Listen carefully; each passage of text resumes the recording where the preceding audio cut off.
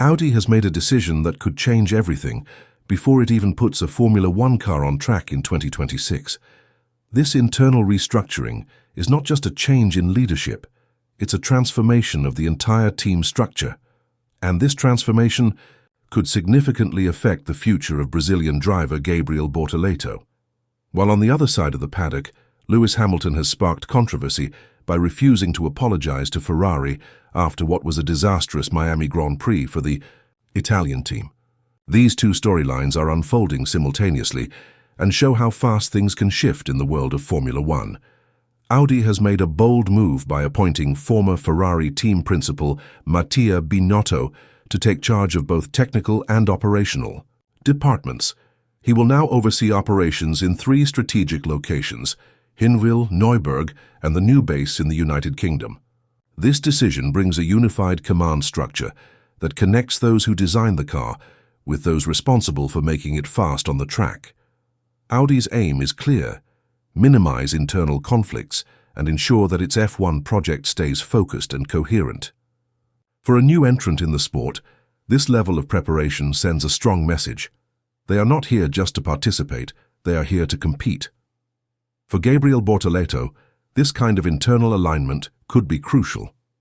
Young drivers in Formula One often struggle not because of their lack of talent, but because the team they are in fails to provide a stable and supportive environment. With Binotto's leadership, Bortoleto might finally have the structured foundation he needs to evolve, without being dragged down by the chaos that can come from poor internal communication. This alone gives Audi a major advantage as it prepares to enter F1. In addition to Binotto, Audi has brought Christian Feuer onto its administrative council. Feuer brings nearly 2 decades of experience in Formula One and will focus on refining operational processes. This is particularly significant because operational weaknesses have long been a problem for Sauber in past seasons. Now, alongside Binotto and James Whitley, the 3 form what is now considered the backbone of Audi's F1 project. This trio is a blend of technical knowledge, operational precision, and leadership, providing a platform that could elevate the team's performance from the very first race. For Bortoleto, being part of a team that is this organized and prepared is a golden opportunity. A well-coordinated internal structure means fewer mistakes, better car development, and clearer communication. All of these elements are essential for a young driver trying to prove his worth in the most competitive motorsport in the world. The difference between fighting for points or languishing in the midfield could come down to the team's internal setup. Audi seems to understand that very well. Another key appointment is Jonathan Whitley, formerly with Red Bull, who now takes on the role of team director and spokesperson for the Sauber board.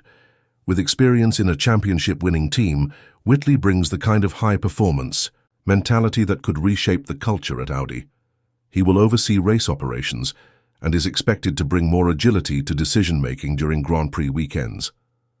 His presence ensures that engineers and drivers will have more streamlined communication, reducing confusion and allowing the team to respond quickly to changing race conditions. This is where Bortoleto's name starts to gain prominence. He will be directly affected by Whitley's leadership and philosophy. Having someone who understands what it takes to win in charge of the team's operations could influence every aspect of Bortoleto's growth, from race strategy to development, pace, and even political support within the paddock. That kind of mentorship and guidance can be invaluable for a young driver hoping to leave a mark. Audi's infrastructure also includes 3 specialized pillars: Hinwil for chassis development, Neuburg for power unit manufacturing, and the upcoming UK facility to strengthen ties with British engineers and suppliers. This smart distribution allows each sector to work independently with high specialization while maintaining overall connectivity. This is a far cry from the disorganized structures that have plagued other teams in the past, including Sauber. For Bortoleto, being part of a setup this advanced gives him a real chance to grow with a team that is already thinking long-term. If Bortoleto can demonstrate consistency and maturity over the next seasons, he could become a central figure in the Audi project. Being there from the beginning, helping to build a team from the ground up, can have a lasting impact on his career. Drivers who grow alongside a rising team often enjoy more loyalty and influence compared to those who jump between unstable projects. Audi appears committed to building a serious, competitive outfit from the outset. For Bortoleto, this is the ideal scenario to show what he's truly capable of. The message from Audi is clear. This is not a side project. This is a full-fledged F1 operation with experienced leadership, a robust structure, and a clear focus on results. For Gabriel Bortoleto, this could be the best chance to develop within a team that values long-term planning over short-term fixes. Unlike other manufacturers that have entered the sport with improvisation and poor planning, Audi is entering the sport with every detail accounted for. Now the responsibility shifts to Bortoleto to prove he belongs in this ambitious setup. But, while Audi is making strong moves behind the scenes, Ferrari is dealing with internal friction. Following the Miami Grand Prix, Lewis Hamilton publicly voiced his frustrations with the team's strategy and has refused to apologize for his radio comments. This public disagreement has shed light on deeper communication issues within the team. During the Miami race, Hamilton was clearly faster, running on fresher medium tires while teammate Charles Leclerc was on worn rubber. Despite this, the team delayed giving Hamilton the go-ahead to overtake. As the laps passed and Hamilton sat behind Leclerc in dirty air, precious time was lost. Hamilton's sarcastic radio message, "Have a tea break while you're at it," captured his mounting frustration.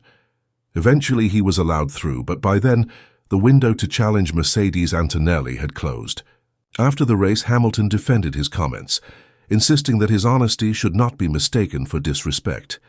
He emphasized that his words reflected genuine concerns about how the race was managed. According to him, the delay in team orders cost them a valuable result, and his criticism was aimed at ensuring better communication moving forward. This blunt honesty, however, has created unease within the Ferrari camp. Team principal Frédéric Vasseur responded by saying that Ferrari made the position switch only when Leclerc was no longer within DRS range of Antonelli. He emphasized that the decision was data-driven and intended to maximize points for the team. While this might be true from a technical standpoint, the delay suggests hesitation and a lack of urgency in reacting to on-track dynamics. For a team like Ferrari that aims to challenge for championships, this kind of sluggish decision-making is a serious problem. Internally, Ferrari is now evaluating its race communication processes. The team understands that if it wants to keep up with rivals like McLaren and Mercedes, its strategic decisions must be sharp and timely. The delay in Miami not only cost them track position, but also created internal strain. Engineers and directors are now walking a tightrope, trying to manage the expectations of a 7-time world champion without losing the team's internal unity. Hamilton, for his part, remains unapologetic. He said in interviews that while his words were said in the heat of the moment, they accurately represent his dissatisfaction with the team's hesitation. According to sources close to the British driver, he had already warned Ferrari about the need for quicker decision-making in similar situations.